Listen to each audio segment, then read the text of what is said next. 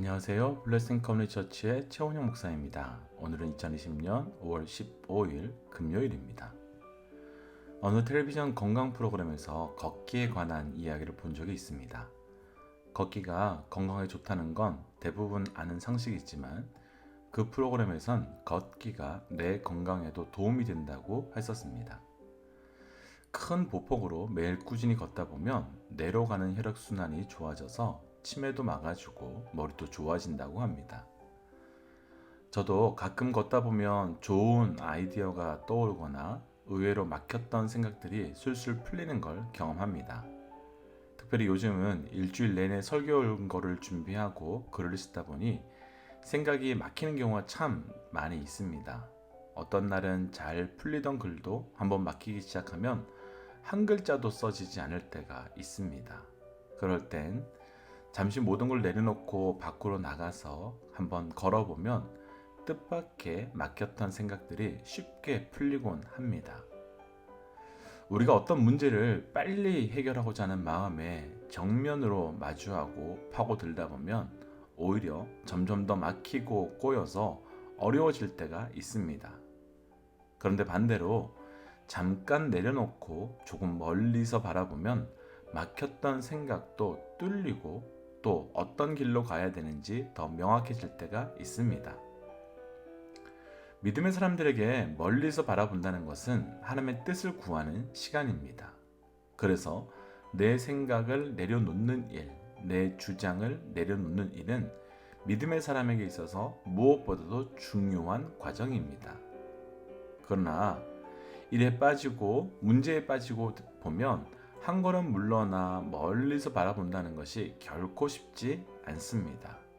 왜냐하면 잠깐 멈추는 것이 그 시간 속에 큰일 날 것 같은 두려움이 있기 때문입니다. 그때 우리가 해야 할 것은 하나입니다. 문제가 커 보일수록 문제가 작아 보일 때까지 뒷걸음질 쳐보는 겁니다. 그러면 뒷걸음치면 칠수록 문제는 작아지지만 그 뒤에 계시는 하나님이 더 커 보이게 되는 것을 경험합니다. 오늘 당장 무엇을 결정해야 한다면, 지금 바로 무엇을 하지 않으면 안 될 것 같은 그 무엇이 있다면 문제가 작아 보일 때까지 기도의 자리로 들어가 하나님의 뜻을 구하는 겁니다. 오늘 하루가 문제에서 멀어지고 하나님께로 가까이 가는 하루가 되시기를 주의 이름으로 축복합니다. 그래서 오늘 함께 나눌 찬양은 하나님께로 더 가까이 갑니다 라는 찬양입니다.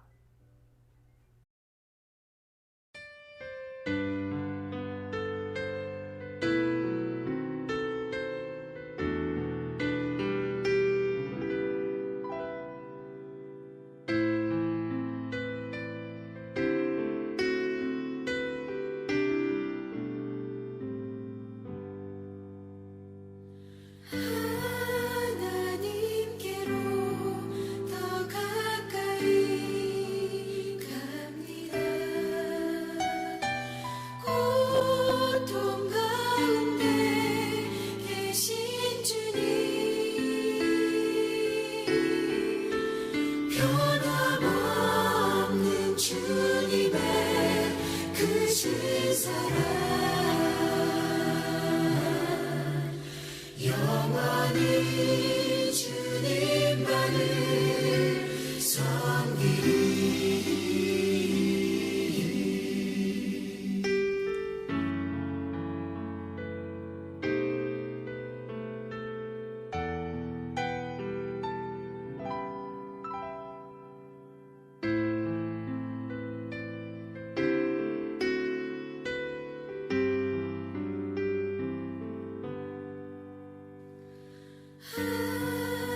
하나님께로 더 가까이 갑니다. 고통 가운데 계신 주님, 변함없는 주님의 크신 사랑,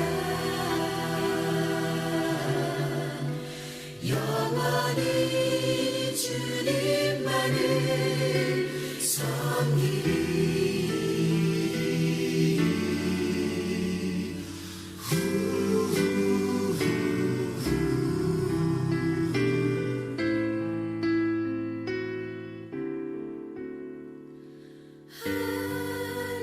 하나님께로 더 가까이 갑니다. 고통 가운데 계신 주님,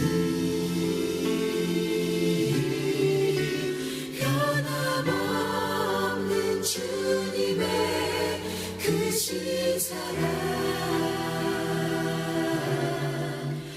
영원히 주님만을 섬기리.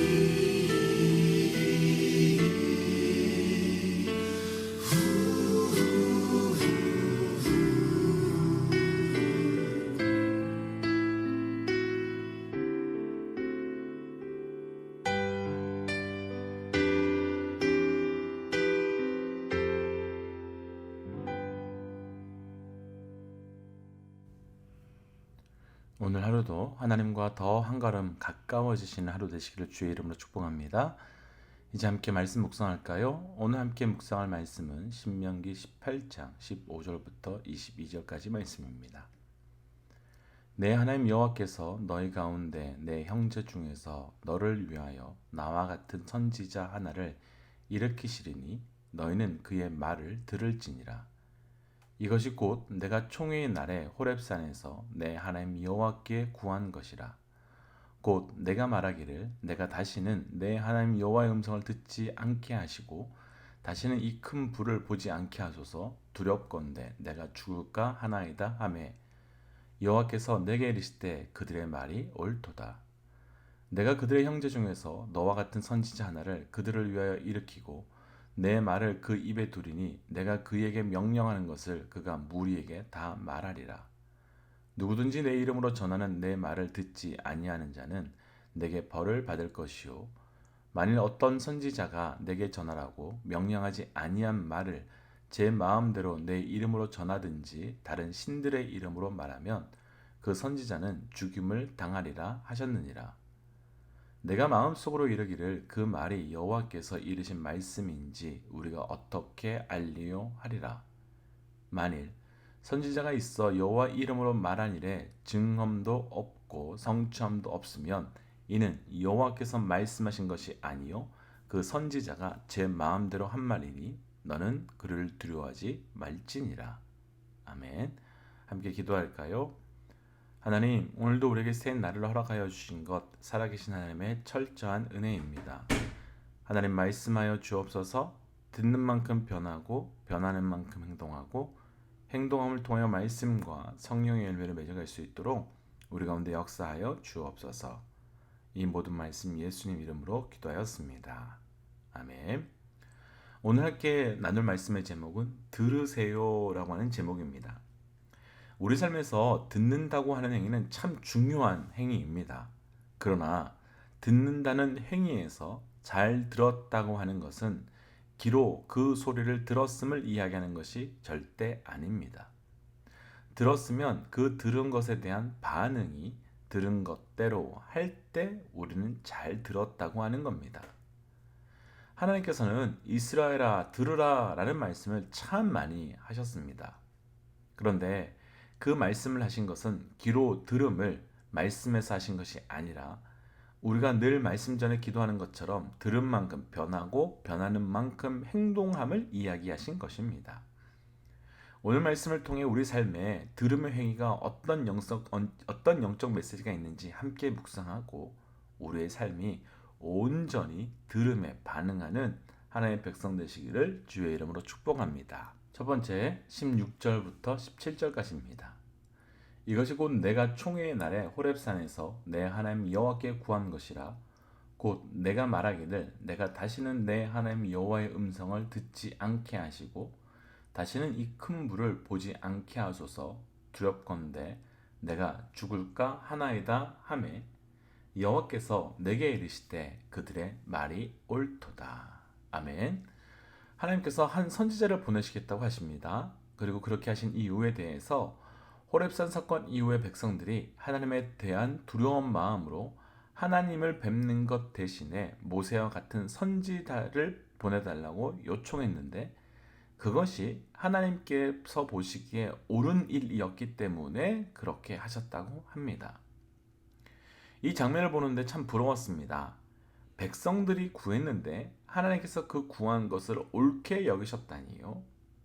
백성들이 구했는데 하나님께서 그들이 구한 그대로 응답해 주셨다니요. 그럼 어떻게 하나님께서 백성들이 구한 대로 그대로 응답해 주실 수 있었을까요? 그것은 백성들이 구한 것이 하나님의 온전한 뜻을 그대로 듣고 구했기 때문입니다. 그리고 그 구한 것이 하나님의 뜻이었기 때문에 하나님께서 응답해 주신 것이기 때문입니다. 오늘 말씀에서 나누고 싶은 들으세요. 첫 번째, 온전한 하나님의 뜻을 들어야 합니다.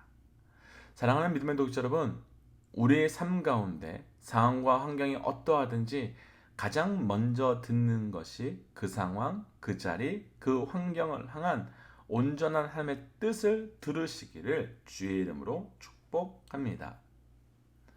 하나님의 뜻을 듣는 것은 결코 쉽지 않습니다. 아니, 하나님의 뜻을 듣는 것보다 온전히 듣는 것은 정말 쉽지 않습니다. 아주 예전에 조이 도슨이라고 하는 사람이 쓴 책 중에 하나님의 음성을 듣는 법이란 책이 한국에서 엄청난 베스트셀러가 된 적이 있었습니다. 그만큼 하나님의 음성을 온전히 듣고 싶어하는 갈망함이 모두에게 있었기 때문인 것 같습니다. 당연히 저도 하나님의 음성을 제대로 듣고 싶어서 그 책을 정말 꼼꼼히 하나하나 읽었습니다. 그런데 그 책을 다 읽고서 난 다음에 제 결론은 아주 간단했습니다. 하나님, 음성 듣는 법 너무 쉽네. 왜냐하면 하나님께서는 우리에게 그 음성을 들려주시고자 너무나도 많은 곳에, 많은 자리에, 많은 시간에 하나님의 음성을 들려주시기 때문입니다. 그런데 왜 잘 안 들릴까요? 요한복음 10장에는 양은 목자의 음성을 듣는다고 합니다. 실제 유튜브에 있는 한 영상을 보면 다른 사람들이 양을 부를 때는 양이 조금도 움직이지 않는데 목자가 부를 때는 순식간에 많은 양들이 몰려오는 장면이 있습니다. 실제 양은 자기 목자의 목소리를 너무 잘 구분하고 있는 겁니다. 어떻게 그러면 우리가 하나님의 음성을, 하나님의 뜻을 잘 들을 수 있을까요? 관계가 먼저입니다. 목자와 양의 관계가 온전하면 온전하게 듣고 반응할 수 있는 것처럼 우리가 하나님의 음성을 온전히 듣고 싶다면 그 음성을 듣기 위한 온전한 관계가 먼저 세워져야 하는 겁니다.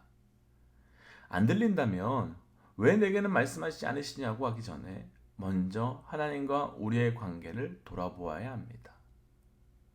이미 말씀해 주셨는데 안 들린다면 그분과 나와의 관계를 맡고 있는 그 무엇은 없는지 살펴보아야 합니다.